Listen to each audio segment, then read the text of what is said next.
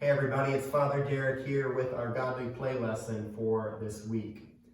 I'm so glad you're able to join me today through this video, but I sure do miss having everyone here for our story time, for our Godly Play lesson. I hope that you and your families are all staying safe and well during this time. And please know that you are always in our prayers here, as you are all part of the St. Luke's family.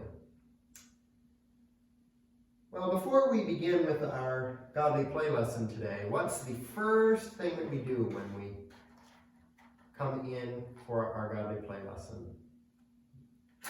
That's right, we light our candle. And the candle helps us to remember that God is here with us wherever we are at, whether we are at school, whether we are at home, whether we are here in the Godly Playroom, God is with us. And watch this candle, because we're going to do something else with it today. All right? So this Sunday is a very special day for Christians. Sunday is a feast called Pentecost. And Pentecost is a day where we remember a gift that God has given us. And that gift is called the Holy Spirit. You see, Jesus, just before he went away, he told his followers to wait, to be patient, that he was going to be sending a gift. And this gift was the Holy Spirit. So let's see what our story says today about the Holy Spirit. What color is this? What color is this? Yeah, this is red. We don't use red very much for Godly Play, do we? But today, we're remembering this very, very special day. And there was a feast taking place long, long ago. The feast was called Pentecost, which was in those days just a Jewish holiday. Eventually it would become a holiday for both Jewish people and Christian people. But in those days, people came to Jerusalem from all over, from near and from far. All sorts of people, young people, old people, all of God's people came to Jerusalem to celebrate this great feast. And Jesus' friends, they were there too.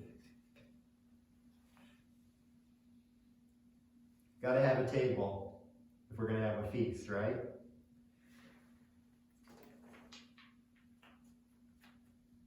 Jesus' friends were also waiting for this gift of the Holy Spirit.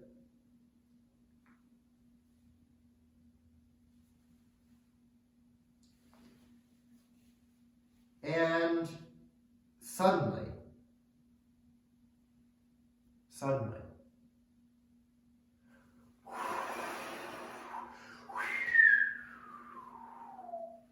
a great wind came into the room, and it looked like there were flames of fire mixed with the wind.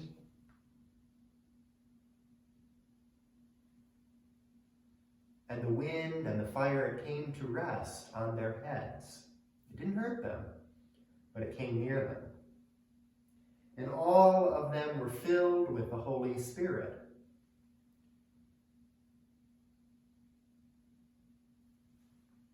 You can imagine the Holy Spirit coming to all of our people.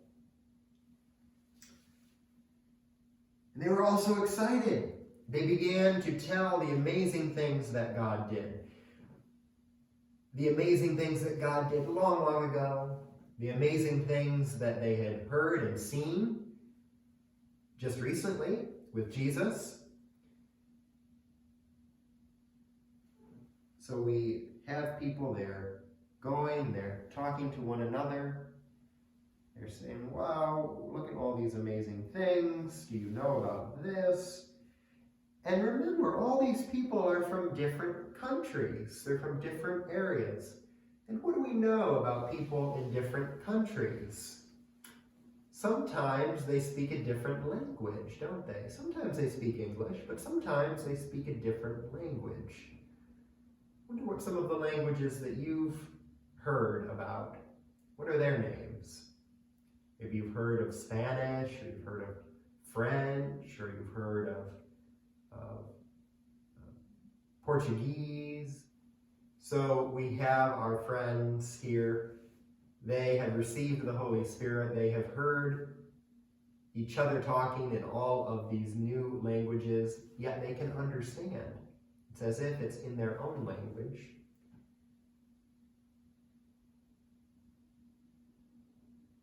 And the disciples, they know that this must be the promise. This must be the gift that Jesus was talking about before he left them. That God's promise was for them, but it was for everyone else too. It was for all of God's people, and for their children, and their children, and their children. For all of God's people.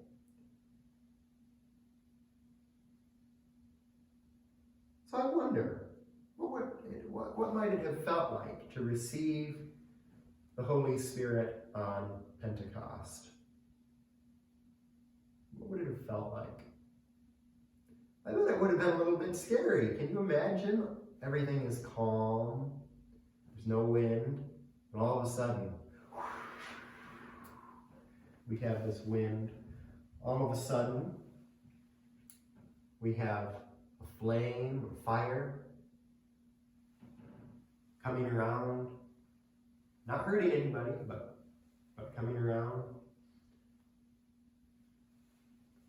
I wonder what that was like. I wonder how Jesus' friends felt as they were telling everybody about the amazing things that God had done. They were able to remember all of the things that Jesus had done, and they were able to tell all of these people, even though they spoke different languages. I wonder how Jesus' disciples knew that this was the Holy Spirit.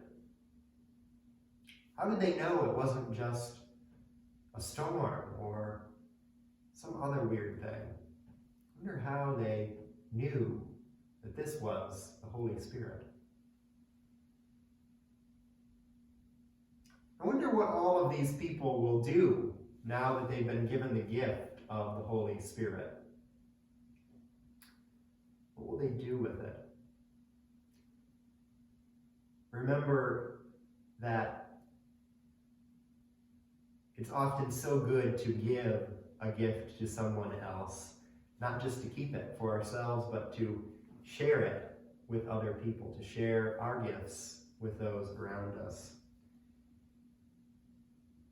So I wonder what the Holy Spirit wants us to do today with God's gifts. What does the Holy Spirit want us to do today with God's gifts? Maybe you have a gift for singing. And so you share your gift with those around you. You bring them joy. Maybe you have a gift for cooking, and you help your family cook dinner. Maybe you have a gift for being nice, for telling someone hello, telling someone that you hope they have a good day. These are all gifts, and there are gifts to share with one another. So that is our Godly Play lesson for this week, as we remember on Sunday this great feast of Pentecost, where we remember God sending the Holy Spirit. Well, we're all finished with chapel for today. And what's the last thing we do when we're done with chapel? Sometimes I forget about this, but I know you remember. That's right, we turn out God's light.